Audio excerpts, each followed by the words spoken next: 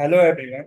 Pre mains 2024 में limit का एक बहुत ही शानदार क्वेश्चन पूछा गया था। हम इसे डिस्कस करने वाले हैं। इस क्वेश्चन में बोला गया है कि ये जो कर्ली ब्रेसेस में एक्स है, this is a fractional part of x, और एक फंक्शन दिया गया है। बोला गया है x is not equal to zero, और एल और आर क्या है, इसकी लेफ्ट हैंड और राइट हैंड लिमिट। और बोला गया है कि इस एक्सप्रेशन की वैल्यू क्या होगी। ठीक है, तो अब x की वैल्यू जीरो नहीं हो सकती, तो जीरो से कम हो सकती, जीरो से ज्यादा हो सकती। जीरो से थोड़ी कम को हम जीरो नेगेटिव, और इसको बोलेंगे जीरो पॉजिटिव। ये हमारे आरएचएस के लिए काम आने वाला है जीरो प्लस, और ये हमारे एलएचएस के लिए काम आने वाला है। तो चलिए हम सबसे पहले एलएचएस को कैलकुलेट करते हैं। एलएचएस के लिए limit x tends to zero from left hand side, cos inverse one minus fractional part of x square, sine inverse one minus fractional part of x upon.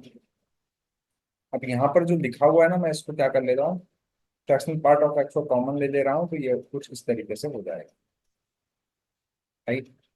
अब ध्यान दीजिएगा, फ्रैक्शनल पार्ट एक्स के अंदर अगर हम कुछ इस तरीके की वैल्यू रखेंगे, -0.000000001, इस तरीके की वैल्यू रखेंगे, तो इसका आंसर हमेशा पॉजिटिव में आएगा। और कितना आएगा, वन माइनस 0.0000001 करके आएगा, जिसकी वैल्यू होगी 0.99999, and it is almost one.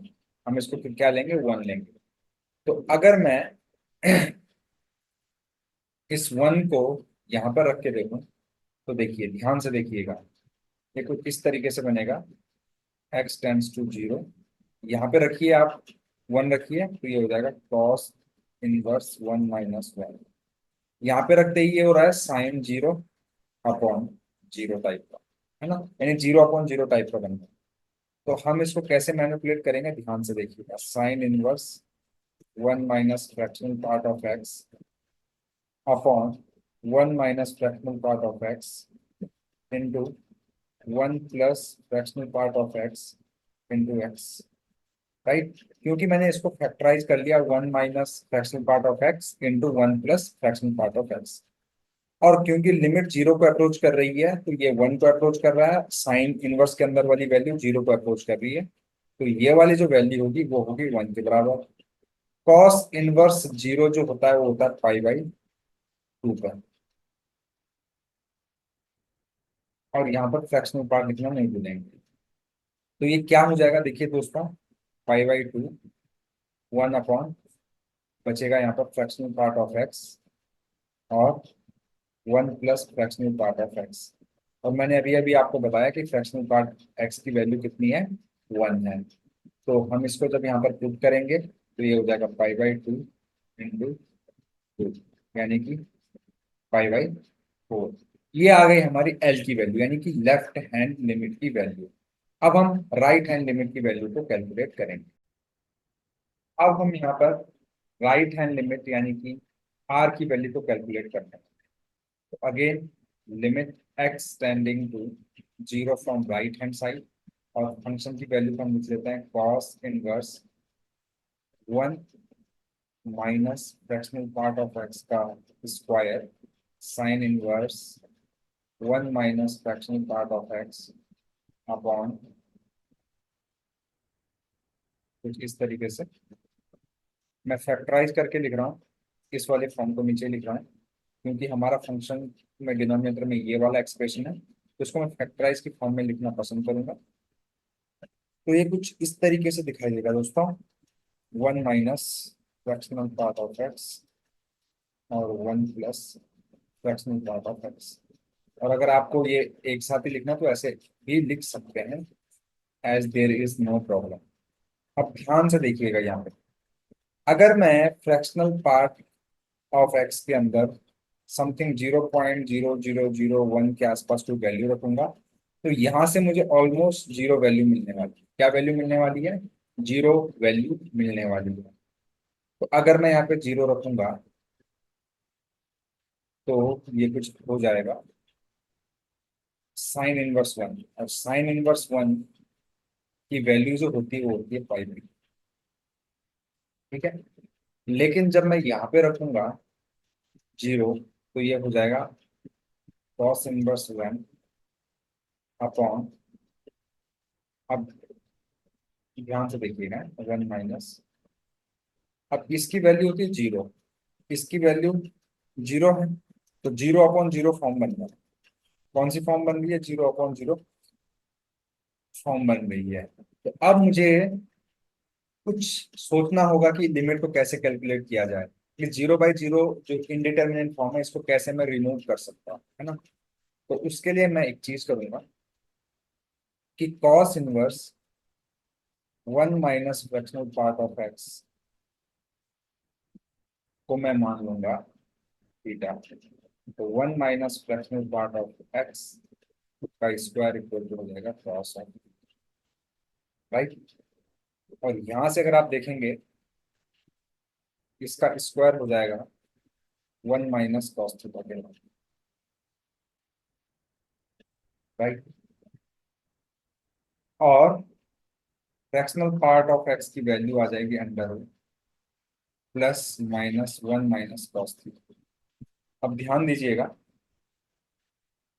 यहाँ पर फ्रैक्शनल पार्ट एक्स की वैल्यू हमेशा होती है पॉजिटिव, तो इसलिए हम इसको क्या रखेंगे, प्लस वाली वैल्यू को लेंगे, नेगेटिव वाली को रिजेक्ट कर देंगे, ठीक है ना। अब ध्यान से देखिएगा, ये सब्स्टिट्यूशन मैं यहाँ पर करने वाला हूँ, है ना। अब देखते जाइएगा, है ना। Limit x tending to 0 plus cos inverse, sorry, cos inverse of this value can be written as, इसको तो मैंने π/2 पुट कर दिया है। जैसे कभी भी इनटू में अगर दो, आप इनटू में दो फंक्शन है, तो आप क्या कर सकते हो, जिसकी फाइनाइट वैल्यू आ रही है उसको आप डायरेक्टली पुट कर सकते हो, और बाकी जो जहां से इनडिटरमिनेंट बन रहा है उसको आप फर्दर सॉल्व कर सकते हो। तो इस वैल्यू को हमने थीटा माना है, तो इसको थीटा रखिए अपॉन, इसकी वैल्यू हमारे पास क्या आई है दोस्तों, 1 - कॉस। अब देखिए इनटू में एक्सप्रेशन है, और अगर आप यहाँ पर x इक्वल टू 0 प्लस रखेंगे तो आपको फ्रैक्शनल पार्ट ऑफ x की जो वैल्यू मिलेगी वो 0 मिलेगी, तो आप 0 यहाँ पे पुट करेंगे तो आपको आंसर आएगा यहाँ से 1। तो मैंने इन दोनों पार्ट को क्या कर दिया, इलिमिनेट कर दिया एक तरीके से। तो हमारे पास फंक्शन यहाँ पर ये बचा, ये मतलब एक प्रॉपर रूल है, आप इसको फॉलो करेंगे आपका आंसर कभी भी गलत नहीं आएगा, है ना। तो आपको वरी नहीं करना है कि सर आपने एकदम से इसको तो कैलकुलेट कर दिया, इसको भी कर दिया, लेकिन इनटू में जब भी हो कोई फंक्शन जिसकी वैल्यू हम फाइंड कर सकते हैं, उसको हम डायरेक्टली फाइंड कर देते हैं। तो दोस्तों इसको हम लिखेंगे लिमिट एक्स टेंड्स टू 0 प्लस 1/(1 - cos थीटा). अब जो ऊपर थीटा था उसको मैं अपॉन में ना रूट के अंदर लेके जाऊंगा तो थीटा स्क्वायर हो जाएगा, है ना, इस तरीके से। अब यहाँ पर थोड़ा सा हमने जो गड़बड़ किया है वो ये किया है कि हमने एक्स को सब्स्टिट्यूट नहीं किया, है ना। यहाँ पर फ्रैक्शनल पार्ट एक्स और एक्स इक्विवेलेंट है अभी, है ना, इस केस में।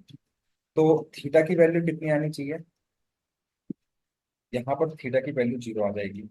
अगर आप x इक्वल टू 0 यहाँ पे भी रखेंगे तो क्या आ जाएगा, थीटा बिलोंग्स टू 0 आएगा। x टेंस टू 0 है तो थीटा बिलोंग्स टू 0, क्यों, जब यहाँ पे आप 0 रखेंगे तो cos इनवर्स 1 जो होता है वो 0 होता है, थीटा इक्वल टू 0। तो यहाँ पर थीटा इज 0 प्लस या फिर 0 जो भी है, और इसकी वैल्यू जो होती है दोस्तों वो होती है 1/2, तो ये हो जाएगा अंडर रूट 1/2, यानी कि रूट। अब ये π/2 आया, तो इसको विंडो में रखते हैं π/2। तो यहाँ से जो वैल्यू आएगी वो आएगी, इसको इसको कैंसिल करेंगे तो π/√। तो ये आ गई मेरे पास राइट हैंड लिमिट की वैल्यू। और मेरे से पूछा क्या गया था क्वेश्चन में, हम चलते हैं देखते हैं। ये पूछा गया 32/π²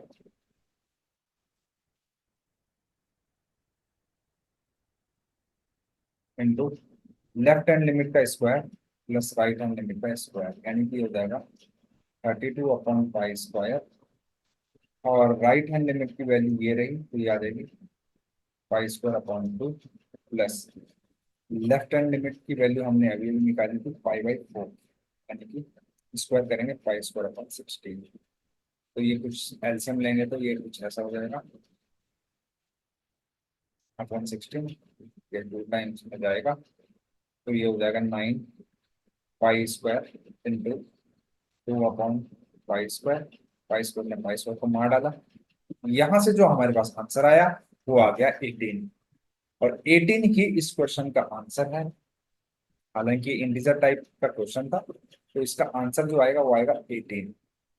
ठीक है, तो इस क्वेश्चन का यही आंसर है। अगर आपको सॉल्यूशन अच्छा लगे तो प्लीज चैनल को लाइक, शेयर और सब्सक्राइब करना बिल्कुल ना भूलें, ताकि हमें और भी ऐसे वीडियो बनाने का मोटिवेशन मिलता रहे और हम स्टूडेंट को इसी तरीके से हेल्प करते रहे।